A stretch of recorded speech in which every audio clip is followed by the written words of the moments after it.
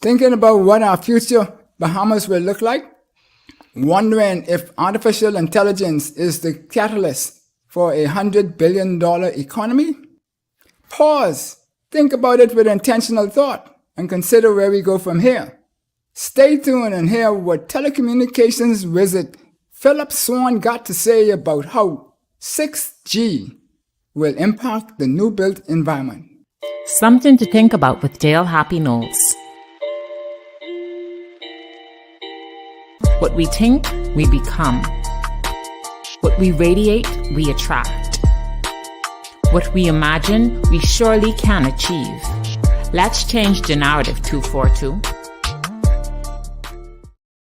Welcome to Something to Think About with Dale Happy Knowles. Join our co-sponsors, DomDev Enterprises and Page Investment, and our friends at Something to Think About, as we have this awesome discussion this evening on how we can make this big change. Welcome, Phillip Swann. How you doing? All the way from way across the world. Good afternoon, everybody. And first of all, Dale, I wanted to say thanks for having me on your program. I've been watching it a couple of times in terms of some of the topics that you brought, and I must say a lot of them are thought-provoking, and I feel honored to be a part of your guest today. Awesome, thank you, and you are honor in yourself. I looked up to you for many things, and in terms of building and mentorship, just watching you from a distance and from close. And there's lots to be learned from you, and so we want to tap into the 6 inches between your ears and figure out what made you tick, and what kind of oil you put on the cogs and all that kind of stuff. Yes.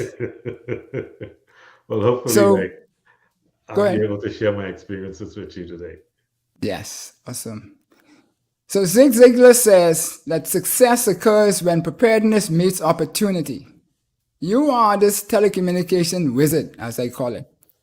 Before you left home, you were considered the little insignificant corner boy that many with the power of the pen just push on the side or kept trying. Even some of them tried to hold you down.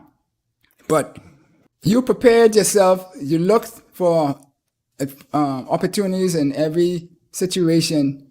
And most importantly, many times you created your opportunities. And that was allowed you to propel yourself forward. So tell us a little bit about your preparation and how you created opportunities to become this highly respected telecommunication wizard, leading hundreds of multi-million-dollar projects within your substantive portfolio over the. How many years has it been now? Plenty years. I guess a little more than 20. Yeah, I joined Nortel in 1998. Initially, I was on the enterprise account team, and then in 2001, I moved over to the carrier side. So I was there until 2010 when Ericsson's wireless business was bought by Nortel's wireless business was bought by Ericsson. Yeah, but before that, you in BTC, you were in sales, right? Yes. I mean, yes. And yeah, okay, go ahead. Yeah, if I may start from the beginning, when I started at BTC, I joined through a BTC apprenticeship program. This was a program where for half of the year, BTC had us in classes at College of the Bahamas. Mm-hmm. And the other half of the year, we would get rotated around to the different technical departments. The half of the year that we were at COB, we studied for City and Guilds technical exams, right? Okay. So that happened for about 2.5, 3 years. And after BTC saw there was an expensive exercise, they then moved to graduating technicians or engineers who had just returned from London. Mm-hmm. They had them teach us in evening classes. So I spent a lot of time after hours in Papal Tract going through additional City and Guilds exams. Right. So this part of it was where I got confirmed into the PDX department, right? Right. And I was a maintenance technician. I was there for about 3-4 years. We had a lot of educated people in the maintenance department. And I looked around. When you look, obviously you're looking for promotions, and Right. most of the guys had a huge amount of engineering degrees. And I thought about, okay, what if I were in sales, right? When I was in high school, my mom used to send me downtown to sell straw bags to the straw vendors. I said, well, if I can do that, then maybe I could join sales. And so Right. I applied for the sales role and got it. From a success perspective, one of the things I see, or I thought of that made me successful, is being a strong customer advocate, like coming back within BTC and translating the customer needs to services and products for that BTC had. And sometimes too, we would create new services and products, right? I remember lots of times coming up in engineering and asking about, can we do this or can we do that, right? And having the engineers go through a kind of a scenario in terms of, okay, well, we can do it in this way, we can do it in that way, right? Some of my more progressive customers were the Swiss banks. Right. Whenever we had a new product or service, bringing them on board would help drive a lot of new revenue streams and new product offerings, right? Between the Swiss banks and then it went to other offshore banks, and then into the hotels, right? During the last 3 years in BTC, I managed most of the financial industry as well as the hospitality industry.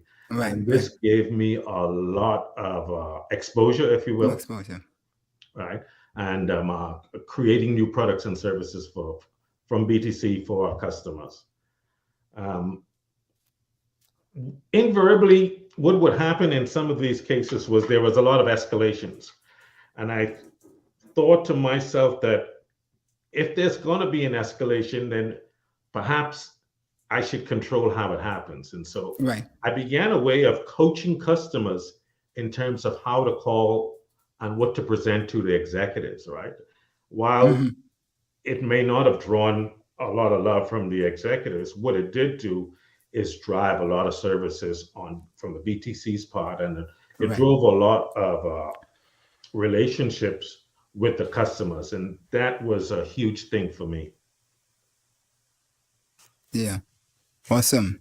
And so when you went off to the Houston, you were saying to Houston to Florida, when you worked with Nortel, those things came about at a certain time of your life where you made a shift from being in BTC and so forth. Was that because you felt that you weren't growing, or something totally different?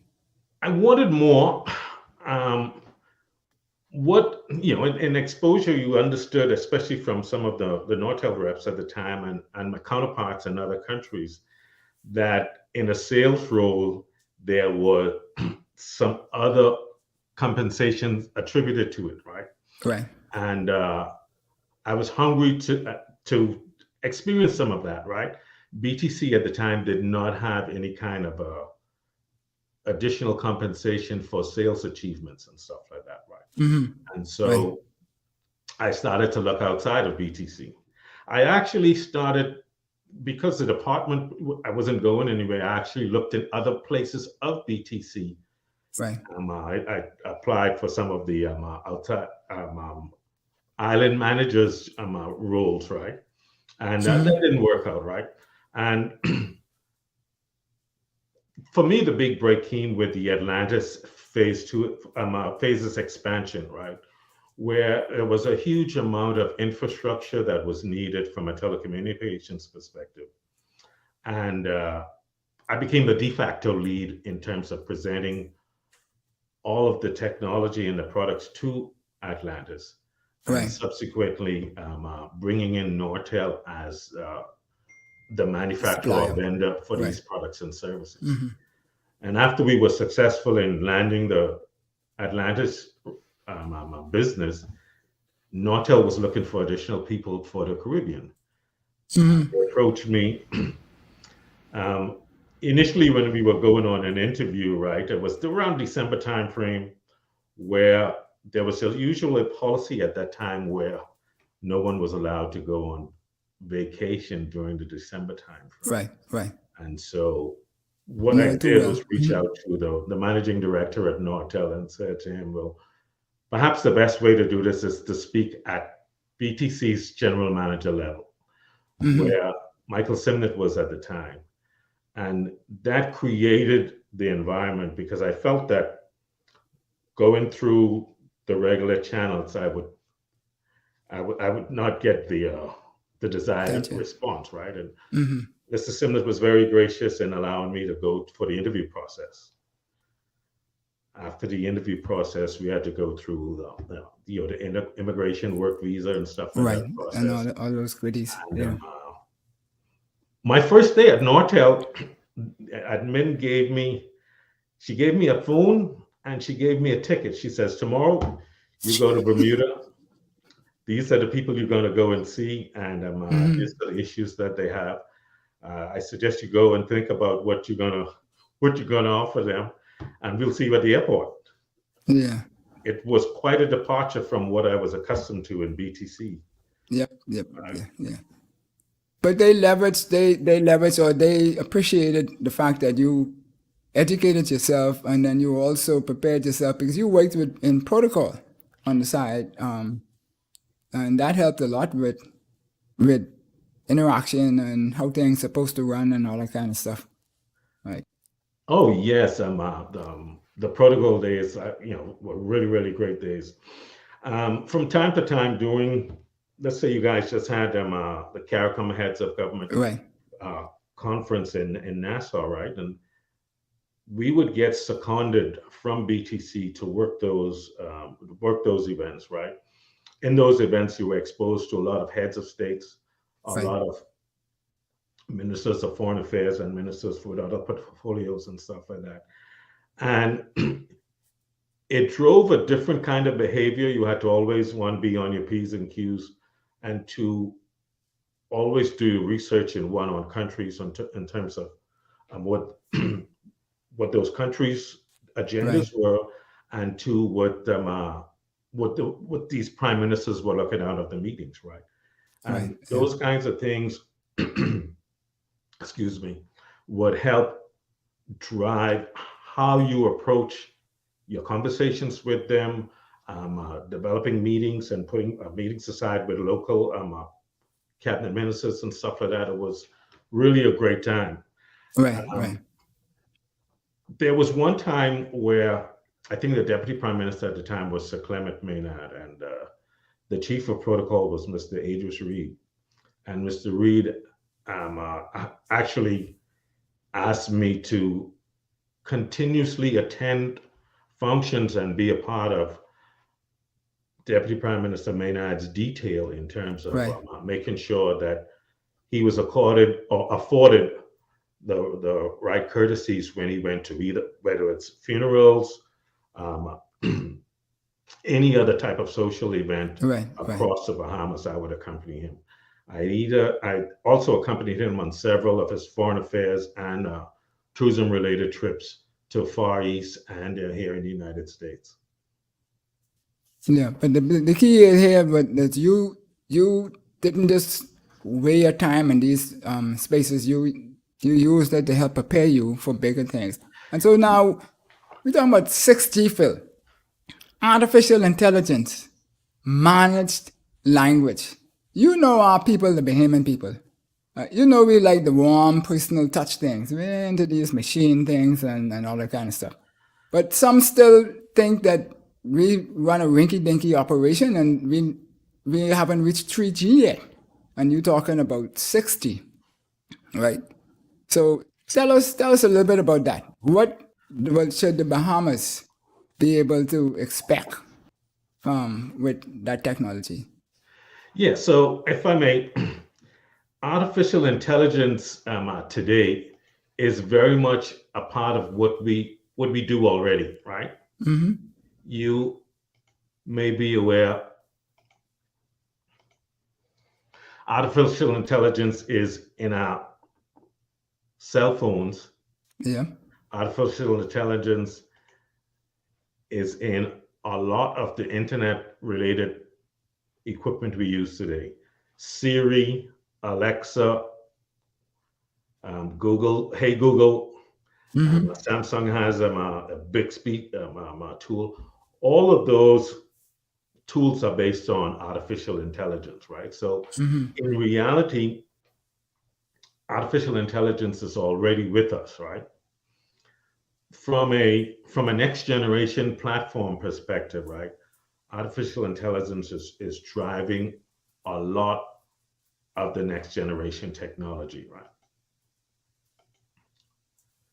To be, I'm looking at my notes here because I want to give a definition of artificial intelligence. Artificial intelligence refers to a simulation of human intelligence in machines that are designed to think and act like humans, right? So these machines can be programmed to perform tasks that are typically require human intelligence. Some examples, like I mentioned before, speech recognition, Mm-hmm. making decisions, solving problems, and understanding natural language. Right. AI platforms can be trained on evaluating large amounts of data. Now, this is really important. Evaluating data and using complex algorithms to improve their performance over time, Mm-hmm. right? So you may hear names like machine to machine or deep learning. These are all subsets of artificial intelligence. And what is happening here is the next generation technologies are going to using a lot of this, a lot of this to manage their 5G networks. Okay. So you Mm-hmm. remember, I guess we used to have a saying that if you can measure it, you can manage it. Yep. Yeah. And with Butler. with Trucker. large Mm-hmm. sums of data today, right, you can statistically look at data, make predictions, and from the predictions, actually be a lot more proactive than we have been in the past. And let's take, for instance, let's look at it from a telecoms perspective. BTC would have had a knock, right, Yep. which actually gave you a snapshot and would give you alarms as to what is going on in the network, right? Yeah. What Entire network. artificial Mm-hmm. intelligence today does is actually go and make repairs. And so what you actually see sitting in a knock is not that a cell site went bad. What you should be seeing is that the cell site had an issue and the issue was resolved because we had artificial optimization schemes and algorithms built into it to actually Running. address the problem. Yeah. Cool. Yeah. And so when we look at that, then I think part of the challenge that we have in the Bahamas is that people are not aware, and then also that people don't know that that like 3G and 4G provides the opportunity for a lot of services, and we've used them for consumers activities, but people don't really know of the opportunities to enhance performance in business or in government or in whatever systems it is that you could use these tools to do it. And so I think that's part of what our challenge is. So maybe you could give us a little roadmap of the technologies from 1 straight up to 6, just to give a high level overview. And we saw the slide on one of your pages, one of your posts that you had on a page. Yeah. Yeah. So actually, this is like, it's just, for lack of a better term, a timeline. Right. for the various technologies that have come and gone, right? And 1G was clearly the initial stages of technology, 2G being the GSM. There was a huge amount of euphoria, if you will, around 2G and 3G in terms of auctioning for different spectrums and what it was supposed to bring. But really, the promise of 2 and 3G never really materialized until LTE and 4G in terms of the data speeds, in terms of being able to stream over networks and stuff like that, right? 5G started its deployment in 2019 with South Korea. The 3 networks in South Korea launched 5G on the same day, right? Those networks are now, those countries, China, Japan, and South Korea, are the leaders in making the proclamation that they're going to have 6G. This 2024, 2025 is a lot, it's more ambitious. They're saying that they will have the standards developed by 2024 to 2025. However, you're going to see the first networks out during the 2028 to 2030 timeframe. All right.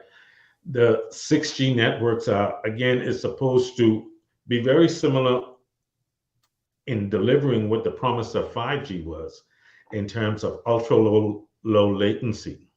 And just let me stop here a minute. What latency is the time it takes for a signal to get from a point A to point B.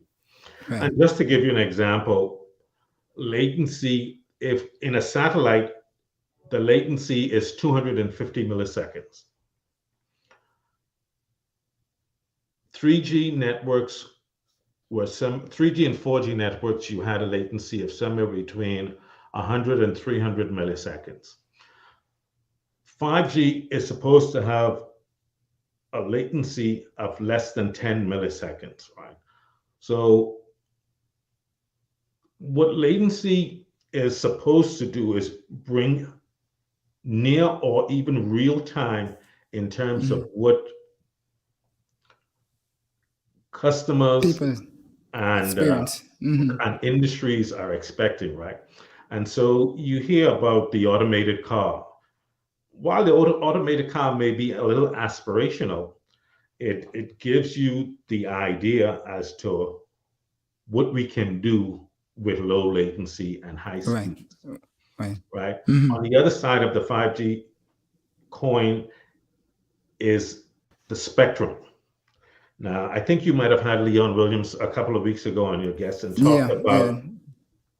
talked about the spectrum in terms of the high frequencies that required, right? True 5 or 6G network will use a combination of high, mid, and low band spectrum to achieve these high speeds. You may be aware that at high speeds, you get faster throughput. However, the distance is not there. And you need more equipment to deliver. So the intent here is for 5 and 6G networks to use these high frequencies or millimeter wave in densely populated areas like downtowns and areas like that.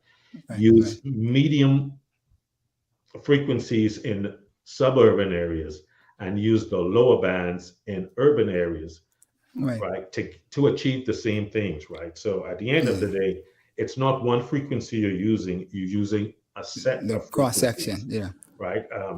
Over here, both Verizon, and AT&T started out with the high frequency millimeter wave as a strategy. But quickly, they have adapted that to cities and using the mid band and lower band in the suburban and rural areas. So for a customer though, they're gonna be, or for an entrepreneur and the like, they'll be more concerned with the actual services that the technologies will be able to provide. So what will be the game changer type services or benefits that will happen on those two networks that we don't have yet? Yeah, for one, security, and two, one of the big promises of the 5G and 6G networks is this feature called private networks. Private networks is derived from in a 4G network. You had with a network you had what they call the data plane and the user plane, all in the same platform. By separating the data plane and the user plane, you are now able to customize services for different customers. So Right. let's say, Okay. for instance, if there was Private a networks. 5G service offering in the Bahamas, you can cut out a piece of that service to make a private network for law enforcement. Right. You can make a private network for, let's say, for instance, the docks where these container terminals come in, right? With low latency, they can actually, some of them do it now, but you will do it at a higher level in terms of capacity and higher productivity. Moving these containers electronically, moving these containers where they need to be, offloading and reloading, and distribution within the dock itself, right? Those are the kinds of things that the applications that 5G drives. Yeah. So these basically put everybody on par wirelessly with what can happen in the wired networks. And almost on that's the par. caveat here, right? Because I mean, if you have fiber to any event, then that's perhaps the best solution. However, in a mobile environment, using these 5G networks and the benefits from these 5G networks is the next best thing, right? So like in law enforcement, where you have people moving all the time, or even if you have to use tools to monitor folks, I think some of that stuff is being used now over a 2G environment, right? Right. But updating that to be used in a 5G type environment, so that you have a lot more data going through in terms of where folks on bail are, and it's in real time. It gives you a little more to go on. Yeah. So Leon always talks about data is gold. Actually, C. Alan Johnson talks about it also. Data is the new gold kind of thing. So it's something to think about. We talk about this intentionally building this new built environment, right? And when we look at the new built environment, this is something that has to be built by design, not by this new normal by default. Okay, things falling back in place this way so we can go that way, and like water running down the hill kind of thing. We want the water to run a certain way, and we want to build these things.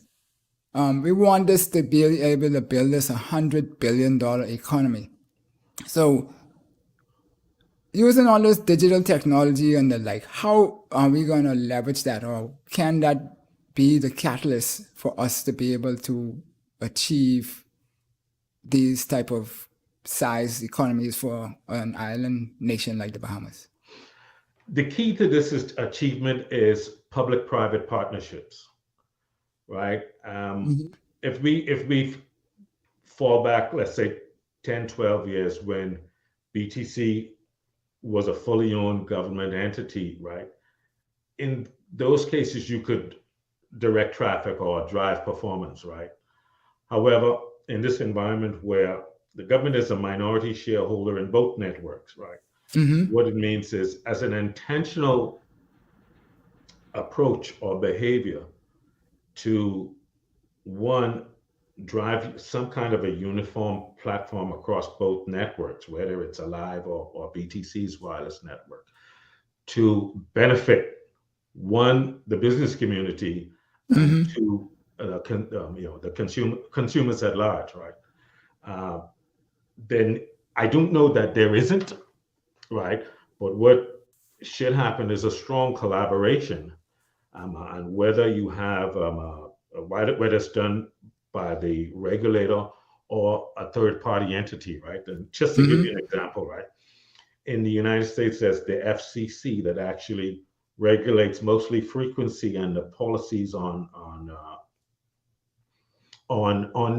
the networks themselves.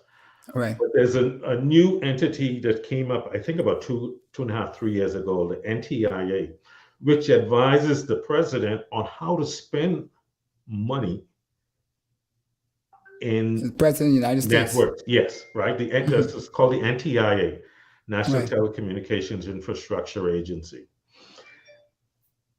The FCC develops or has developed this the account where everybody pays in for rural areas and other areas Right. that are served less, right? And then the NTIA says to the government or the president, this is where money should be spent. This is where, okay, we need to build a 5G network in area XYZ because Right. folks there don't have the same kind of access, right? And so I'm not saying that the Bahamas should develop that same model as much as I am saying there should be some level coordination of interaction. Yeah. of driving a similar model so that there's ubiquity in access for internet or any other type service throughout the Bahamas. Yeah. Well, we have the universal service obligation, which just probably need to be updated or tweaked to make it more modern and current with how we could get things done here.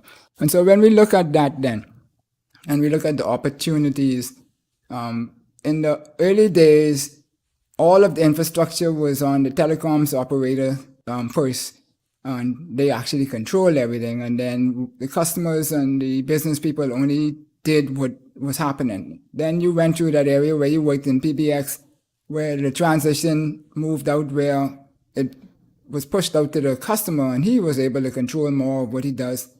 Now, where the technologies has moved, almost everything is out to the customer to be able to design. And we have apps running in the Bahamas, whether it's all them different things that was going on during COVID and the like, where people run. So with these technologies, do these supercharge the ability for entrepreneurs and the like to be their own business entities? Yes, it does, right? So you may be familiar with the term the Internet of Things, where there are, well, in today's environment, there are these everything is connected to the internet, right? Right. Thermostats, any kind of, you have Wi-Fi in your home, you have sensors here, there, and everywhere. The idea is for these things all to be connected so you can manage them. Some folks, something as similar as fleet management in vehicles, right? Companies that have service guys drive the vehicles out there, right? These are one form of the Internet of Things, kind of tracking and performance devices, right? It will tell you the best way to get to a customer. It knows when you're finished, so give you your next job, right? Another part of the Internet of Things, we talked a little about consumerism, right? Things that would be out in rural areas that has this connection, whether it's by a 5G network or by Wi-Fi. These things will have 10-year battery lives, right? So that they can be out in the open for a longer period of time, providing information back to an entrepreneur, right?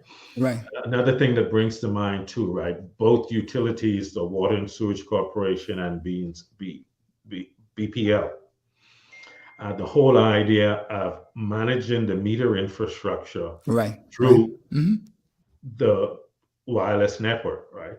Using those and using devices like that to read a meter in real time, right? So that customers or consumers at any point in time would know exactly what their bill is, right? You could know your bill and what your consumption level is at the end of the day at any point in time. Those are the kinds of things that I see can drive production to a higher level.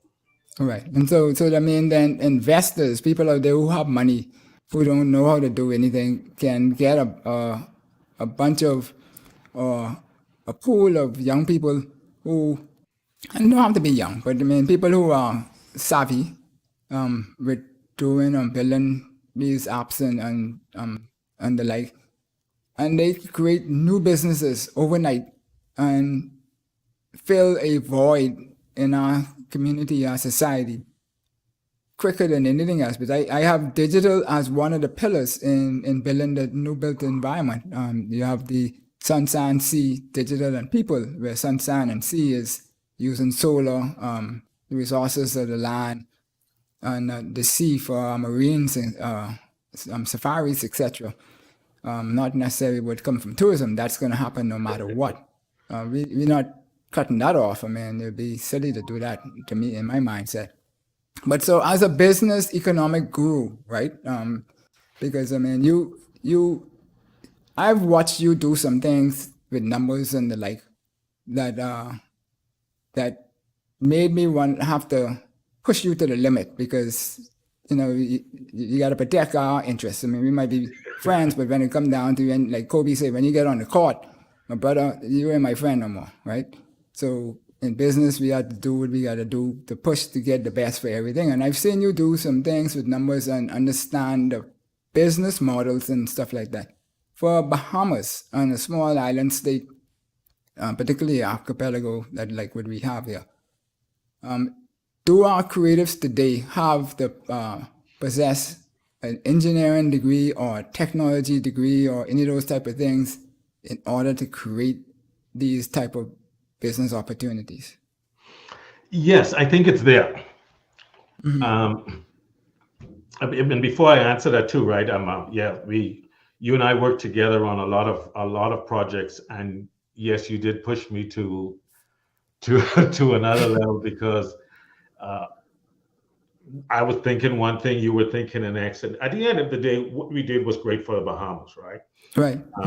And just for some of you guys out here, Dale was perhaps one of the premier engineering minds in BTC, and for lack of a better term, a gatekeeper, and really drove a lot of the performance in BTC's network, and drove the deliveries from, whether it was Nortel and or Ericsson, you drove me to provide a comprehensive solution, and to provide it within the budget that you had allocated, right? And so lots of times, while we were at loggerheads in that conference room, we would be doing it for the same reason, so that at the end of the day, the Bahamas benefited. was the beneficiary of those things, right?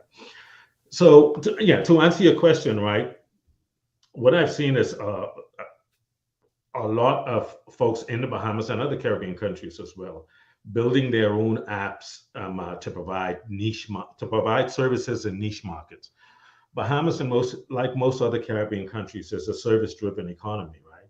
And providing services, whether it's to something as simple as home automation, if you will. Some things that are a little more complex, like having an asset register in a hospital, everything with some kind of Wi-Fi or RFID or 5G tag, so that you know at any one point where they are in a hospital. Let's say for instance, you have 5 or 6 defibrillators, and they're shared amongst 10 different departments. You want to be able to know, in the case of emergency, which is the quickest one to get. That's not a time for you to be fumbling around to find out where it is. You want to find out, where do I get the one that is close to me where I am, so I can get the best service to the customer in the hospital. Similarly, not necessarily 5G, but the thought is of telemedicine, having where you would find whether it's a heart expert or a kidney expert who is based in Nassau, being able to perform functions on a patient in a remote island, just using sometimes robotics, right? And this could be done either through a low latency 5G type environment or a fiber environment where you have these things connected to an online network, right?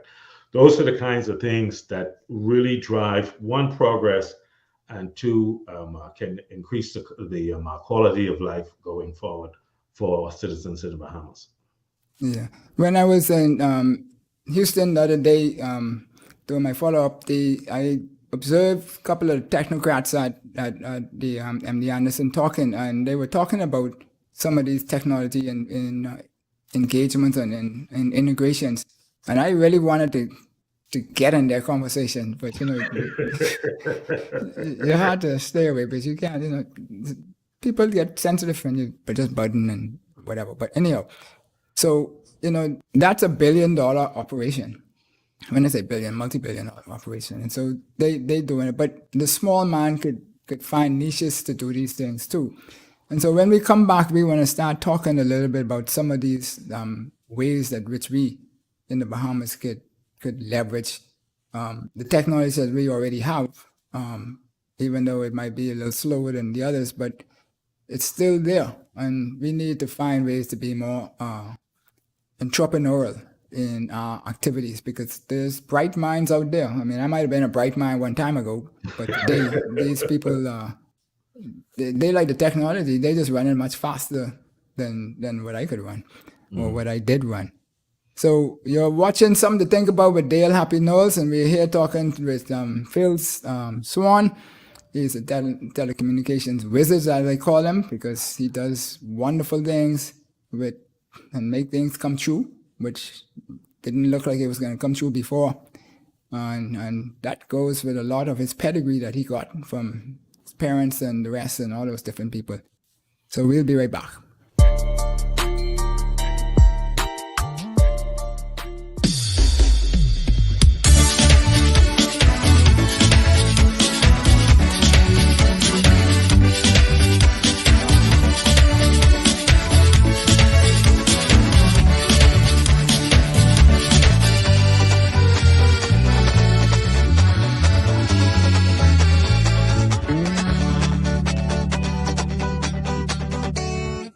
Sammy's Chicken. There's nothing like it. When you're looking for clothing, you can shop from store to store. But when you need gowns and tuxedos for weddings, proms, or any black tie event, there's only one name to remember.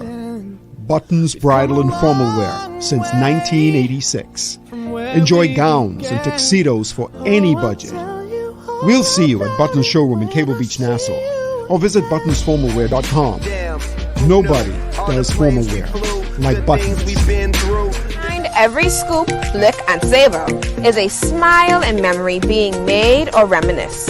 Whether you're at work, out with family on a Sunday, or have friends visiting, flavor will meet expectations in our 32-ounce container for only $10 if you're having a special event as well. Exotic flavors ranging from soursop to Guinness is definitely worthwhile.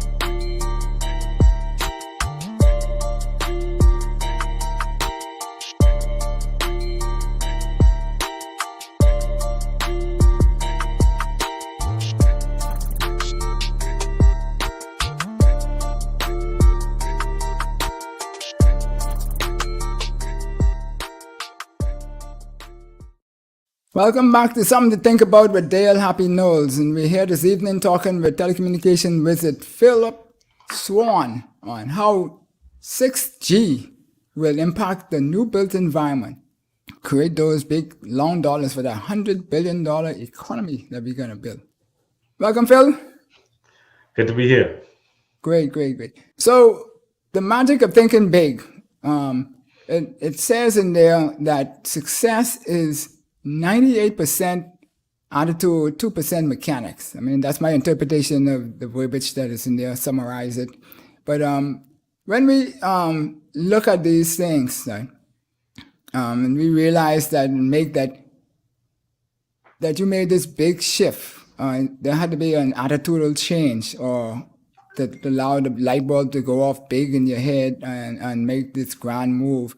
And in the Bahamas, I always said, how the telco went, so goes the Bahamas. That was back then. Now it's the sector, how the telecommunications sector goes, so goes the Bahamas. And I looked at the numbers that we get in our reports and stuff, and sure enough, if I map out some of the technological changes and some of the things that we've done over the years, and that includes what the new entrants have done also, that, that's the way it's moving. But right now we sort of stagnated, in a way. So when the telco rises, the Bahamas followed suit. And so the sector has gone through massive changes. We've had the new entrants come in cable and system resource group, or we call them SRG. You've had the divestiture of the incumbent Batelco turning into BTC, the liberalization of its mobile services, and on and on and on and on. All that happened in over a 22-year period or thereabouts.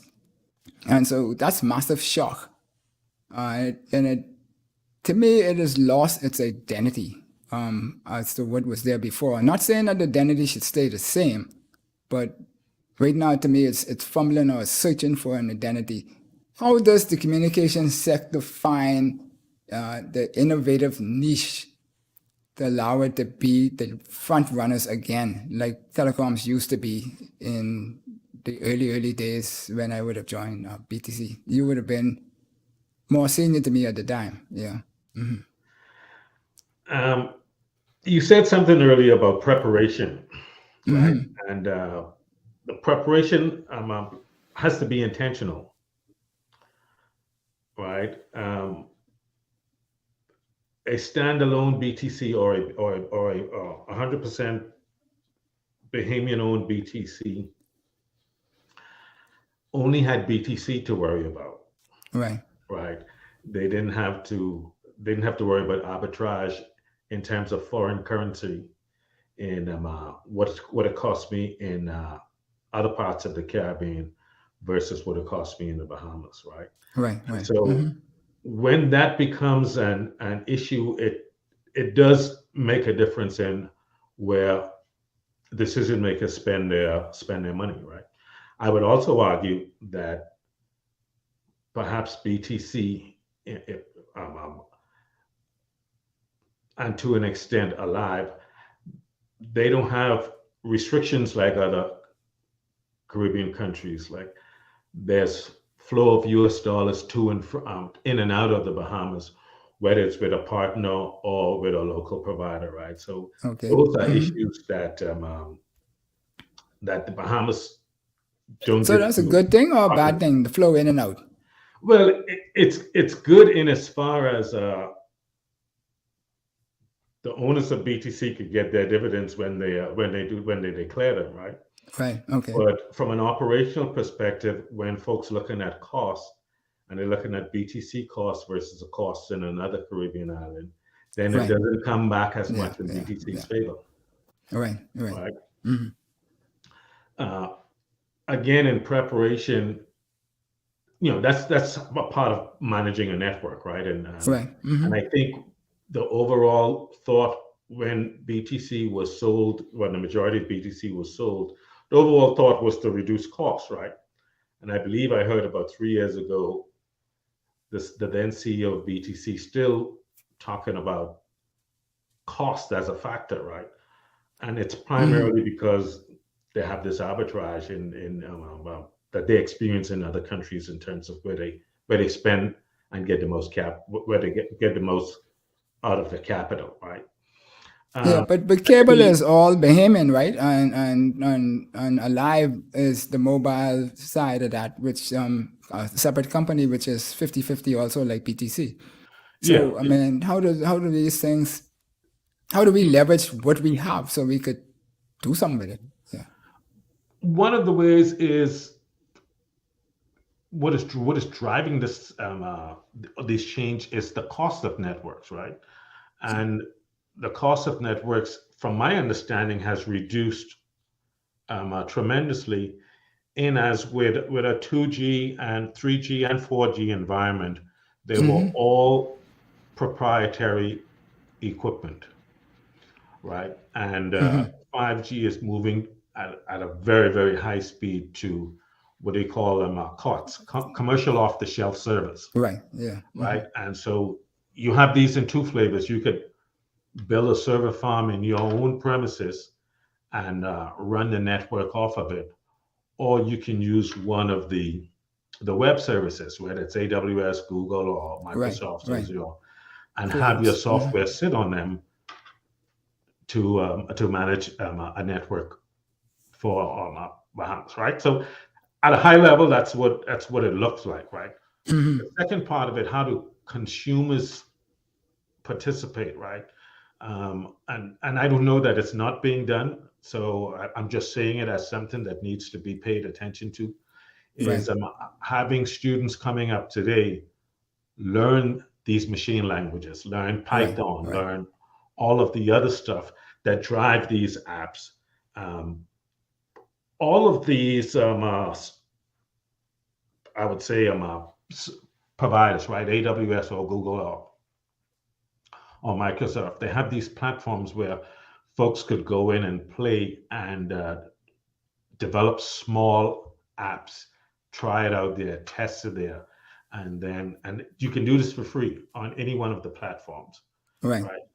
Test it out there, and then make it commercial, drive it, and it's any idea you come up with. Do you feel that you find a need for a service, right? These ideas can run right off the platform, whether it's Google Cloud or Azure, or you can have it on a data center that sits in the Bahamas, right?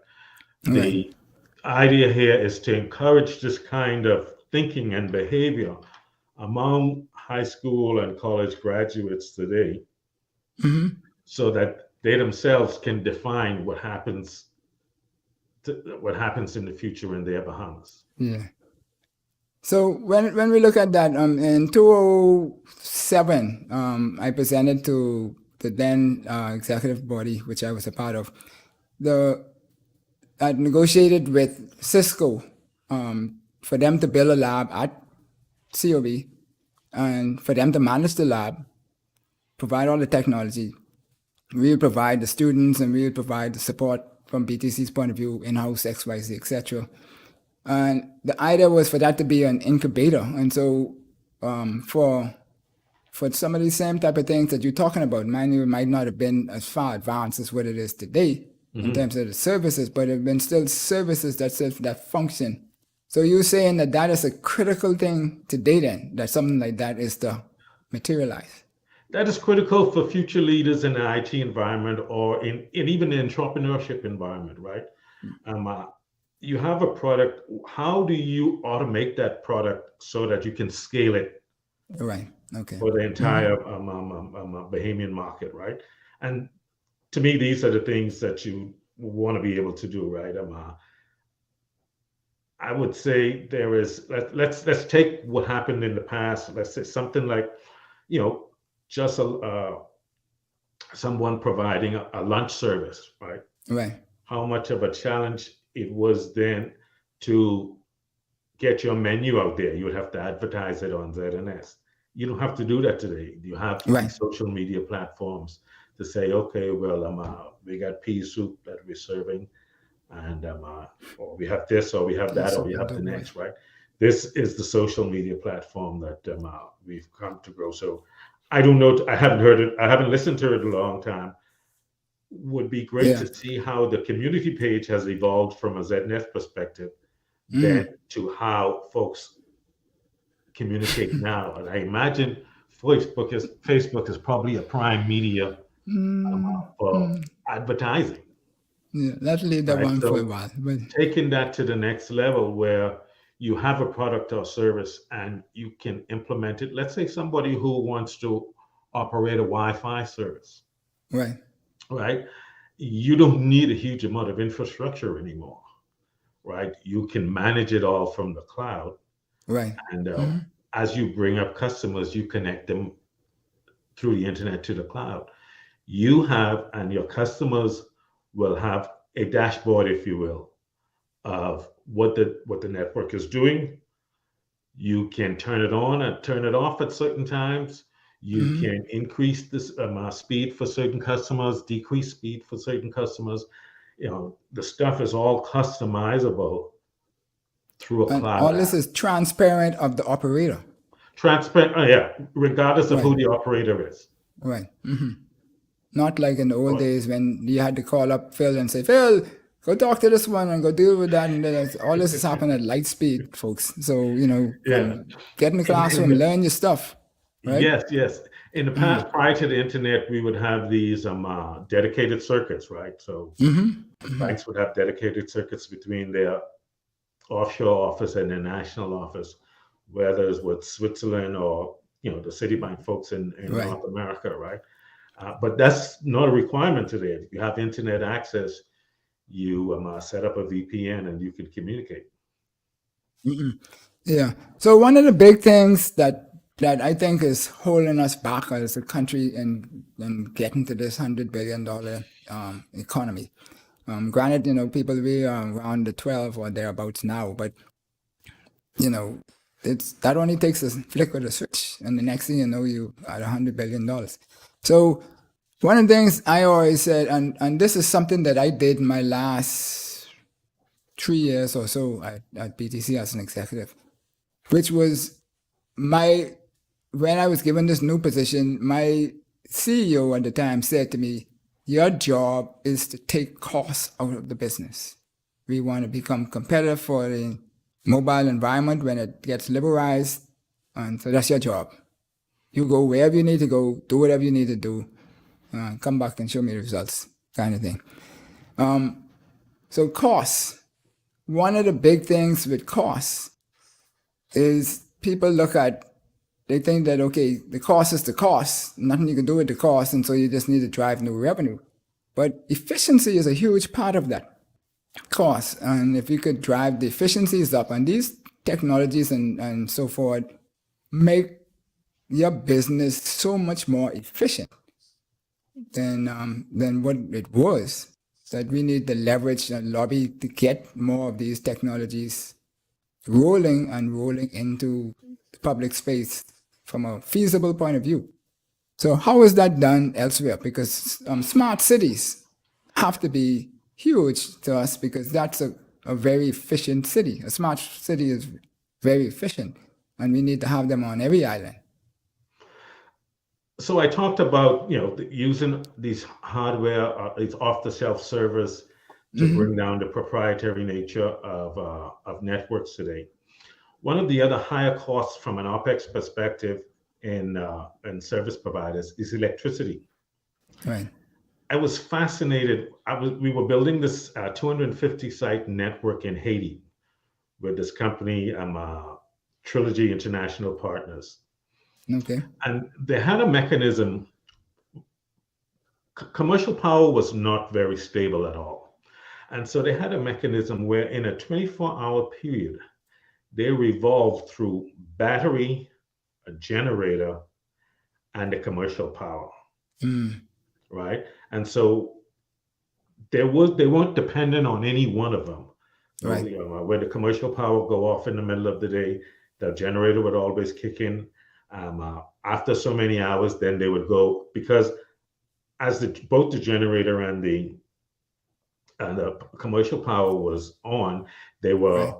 Charging the batteries. charging the batteries. And so then the batteries had an 8-hour life shelf off of them as well, or time off Right. them as well, right? Right. And those were the things they did to bring costs down, right?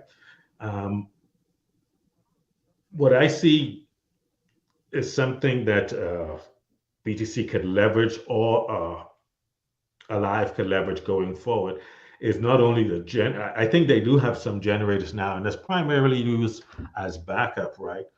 But developing a solar strategy, right, that from time to time drives the usage of cell sites, right? Right. That I think helps a lot in terms of reducing the cost. Another thing that's taken the cost out of networks, they used to be where, you remember the baseband unit was a part of every cell site, Yep.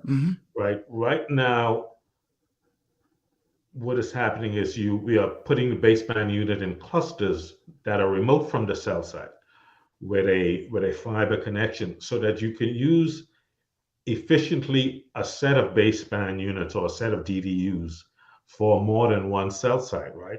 And you want to make sure it's what I would call anti-cyclical, right? So the site that will be at its busiest at 5 o'clock, you probably would want to make that with some sites that it's as its busiest at 8 in the morning, right? So that they share a different busy hour, right? And the baseband units are used more efficiently. Right. Right. So you don't have to buy so many baseband units for every Duplicated. cell site, but you build them in clusters so that you can reduce that cost, right? And even in this environment too, these baseband units are not hardware driven anymore. It's software driven. Software. Right. And so all you need is one off the shelf server, and you can you can drive performance through that, right?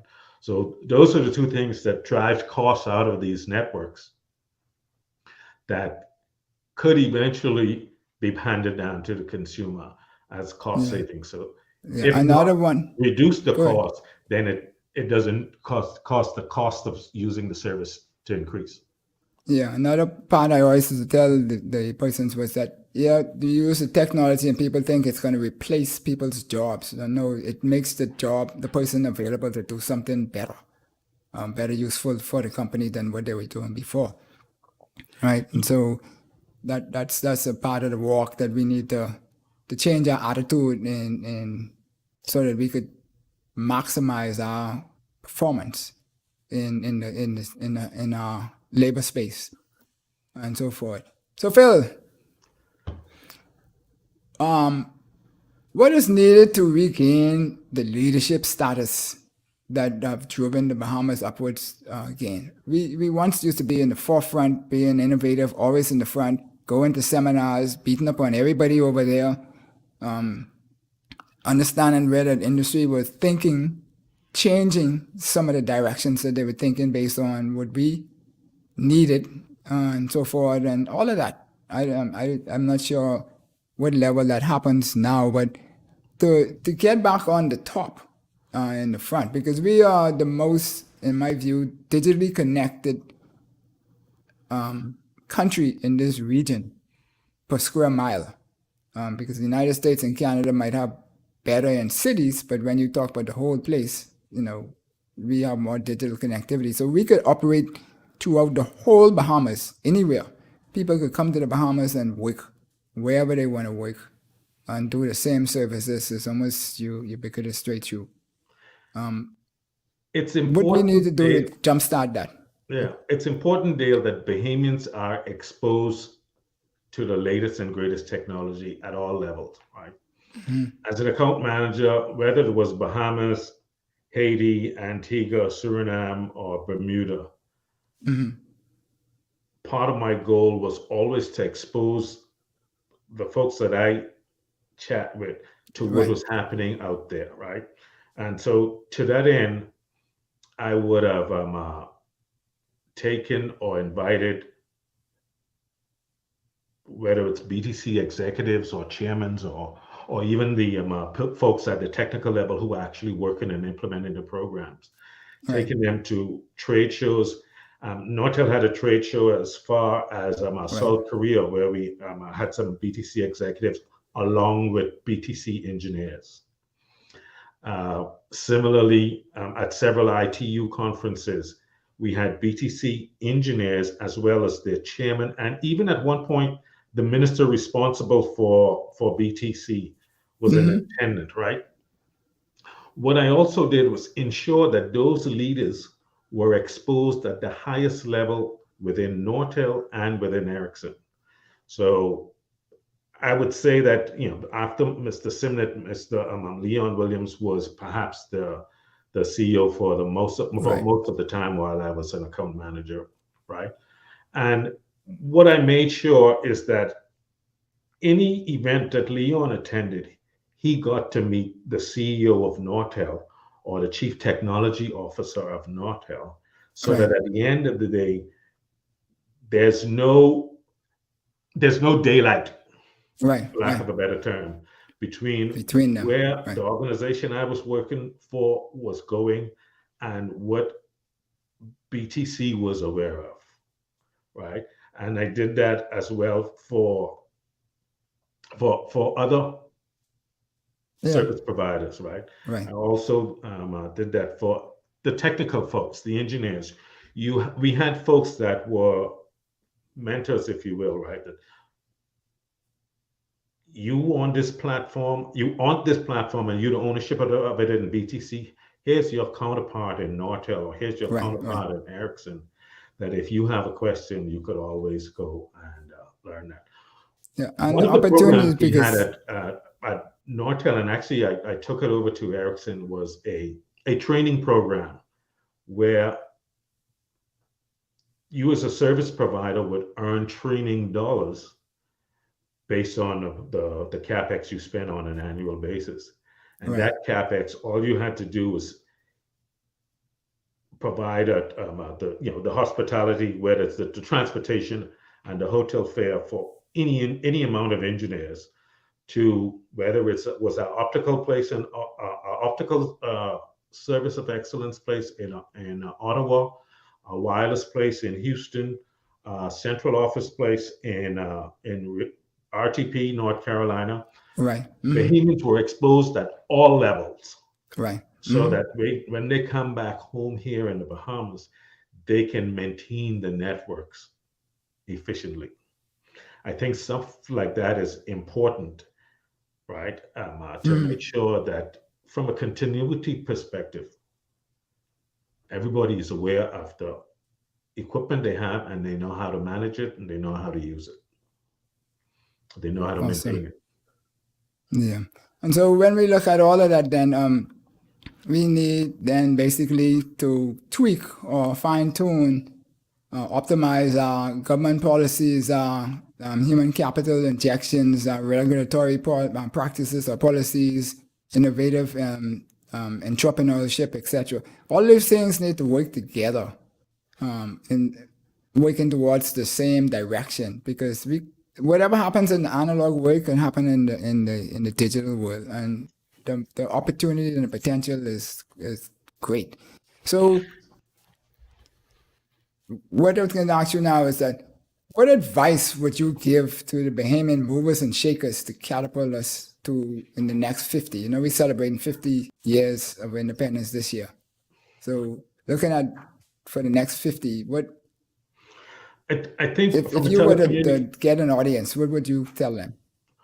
From an IT/telecommunications perspective, it's important. I mentioned this earlier. As minority ownership in both telcos or cable cos, for lack of a better term, there should be some kind of a stated policy that the government is driving its partners to achieve on a national basis, right? So, some of the easier things, okay, well, which generation of wireless technology? That may not necessarily be so, right? As much as saying, hey, this is what I would like to happen across both networks. I want it to be, for lack of a better term, perfect competition.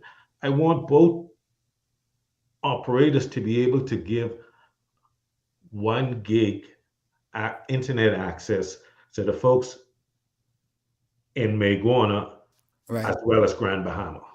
Right. Right? If you could do that for me, providing the access, providing the bandwidth that everybody has equal access across the network. Yeah. To me, those are the kinds of things that need to be encouraged, so that, if there's somebody in Maguana that is interested in developing some kind of a software, they have Right. access to a Google Cloud platform Right. to build something and test it and see how it works and then implement it. Right. Yes, we always used to say in when we were coming up, myself and Tony Stubbs, it's not about the technology; it's about the services that we provide access to the customers and the entrepreneurs out there to do, which makes a difference. Because people used to talk about TDMA and how their TDMA, but I say some of the same services that you want to do on 3G, we doing on TDMA today. You talk about water and sewer, we did that on TDMA. The monitoring their remote sites, the meters and stuff like that. Yes. So we know you always preparing yourself. You never stop.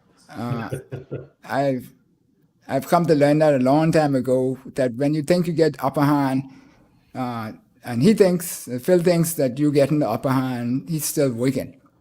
And 24/7. I don't know when you rest, but because you want to make sure that you are able to deliver what your goals and your obligations are to your company and your people who invest in you, and so forth. And we did the same thing on this side of the fence, and I think that's why we got so many things done in the Bahamas that was higher than what we probably expected each other to deliver before we started.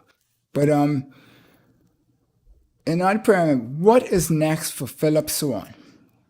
What you want to be prime minister? You want to be? I know you have your family life and all that kind of stuff, but I mean, what from a career point of view, what would you like to see happen, and then what would you like to say to the public who are striving, the young people who are striving to be able to achieve some of the things that you would achieve? Because I mean, as a little man coming from the Bahamas, going to the United States and growing such reputation in the whole region, and having these massive portfolios that you have managed and led, I take my hat off to you for those. And that's not easy. I can imagine that's not easy. But what's next? You writing a book? Thanks, Neil. Like I said, moving here was at first a very humbling experience, and then having not only the responsibility, but folks, networks depending on you, right? Every time there was something that happened, and I'm speaking specifically on the Bahamas now. If BTC made an announcement that they're online with technicians, it meant they were online with me and the teams that I worked with at the time. Whether the teams were in India, whether they were in Canada, whether they were in Europe, I drove the behavior to make sure that BTC got the benefit of the doubt everywhere, every time. What drove me, I felt if I didn't succeed and walked back to Bahamas, the whole thought that there's Phillip, he had the opportunity, but he didn't do enough. And failure drove me. Yeah. We used to say we were going to take his passport, and he would not be able to leave until he fix it or get it fixed. Yeah. No, and I took that very, very seriously, because I felt not only my reputation was on the line, the reputation of the companies that I represented at the time was on the line. And one, they hadn't had a Bahamian in that role, and I was not going to be the one person that make them rethink their hiring a Bahamian again. Right. Yeah. Yeah, right? that's big. I mean, I'm still in the telecoms industry. I still not as much wireless as it used to be. I do I think I'm starting to do a lot more of a global fiber connectivity type stuff going forward. But I'm still in telecommunication. It still excites me. Um, there's always something new on the horizon, something new that Right.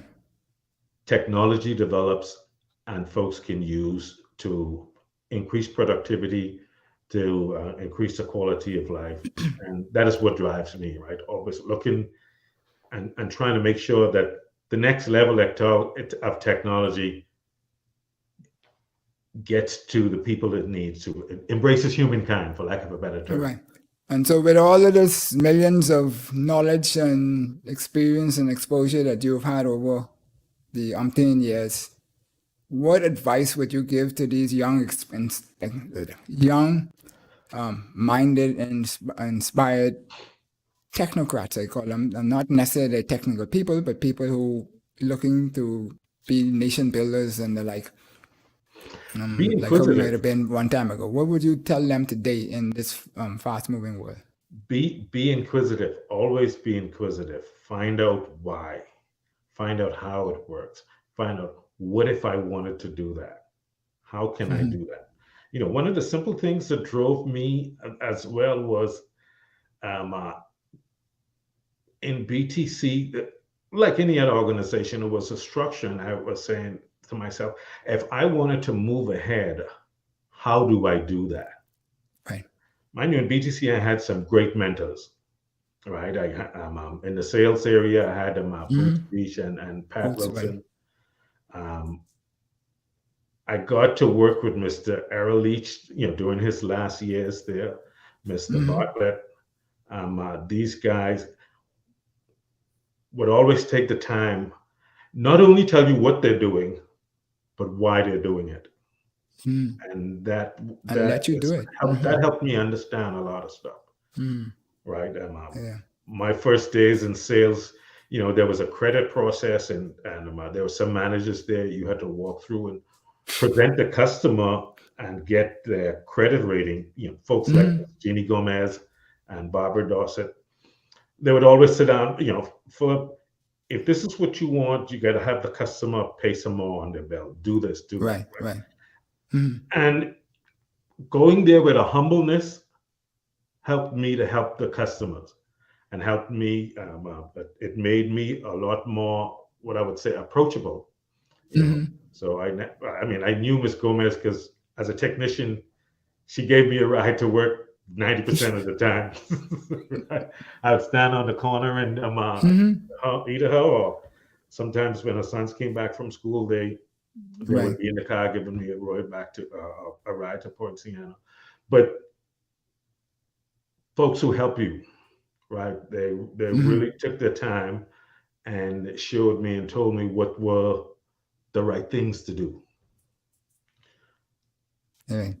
So it's good to find people who will do that in your life and help you move from strength to strength. Yep. So Phil, you know, you way over there and I way over here, but it's good talking to you again and seeing you actually, because you know a lot of time you only talk to people on the phone, but you don't really get to see. Continue to do all of the great things that you're doing, strengthening, building the reputation, continuing to expand your brand, exposure. You know, it inspires people because especially when we would have had people at some point in time say that these people, they just eating lunch and doing stuff. Nobody cared about what the Bahamian people were doing. But and this is Bahamians studying on Bahamians too. That happens too. Not all gravy, rosy. Oh, I know. Everything will go well. There were some battles out there that you had to win. And thank God you get through it. And look at you now, you know. Big shot man on top of the hill. It was a great experience. I don't think I would change it for the world. And at the end of the day, I saw myself as helping the Bahamas, and hopefully I would have done that. And hopefully I continue to do that. any position I'm in and out in gives me an opportunity to help the Bahamas, I'll do that. Right. Awesome. Well, folks, you've been watching Something to Think About with Dale Happy Knowles, and like we said, we are here with Phil Swann, and we're talking about the technologies, the 60s and the rest of those, and how we could leverage those to build this new built environment, which is going to make us be sustainable for years to come and raise our quality of life. And that's what we're all about here on Something to Think About. And we hope you found value in the show. And if you have some change on the side and you want to invest it, you need some persons to help you through on it. On his side of the fence, Phil is there. He'll find a contact for you and drop it in the link below. And you can always reach out to Dom Dev Enterprises and we'll make things happen and so forth. So thank you kindly, Phil. Till next time, next Bat Channel, another topic. We'll come back and serve the world as we do from day to day. So what we like to say is we pause, think about it with intentional thought, and consider where we go from here. Subscribe, like, follow, and watch more videos. Have an enjoyable evening. Salut. Salute. Thank you for having me, Dale. You're welcome. Enjoyed the show? Then subscribe to us for more educational and inspirational content. Ring the bell so you never miss a show. Let's change the narrative, 242.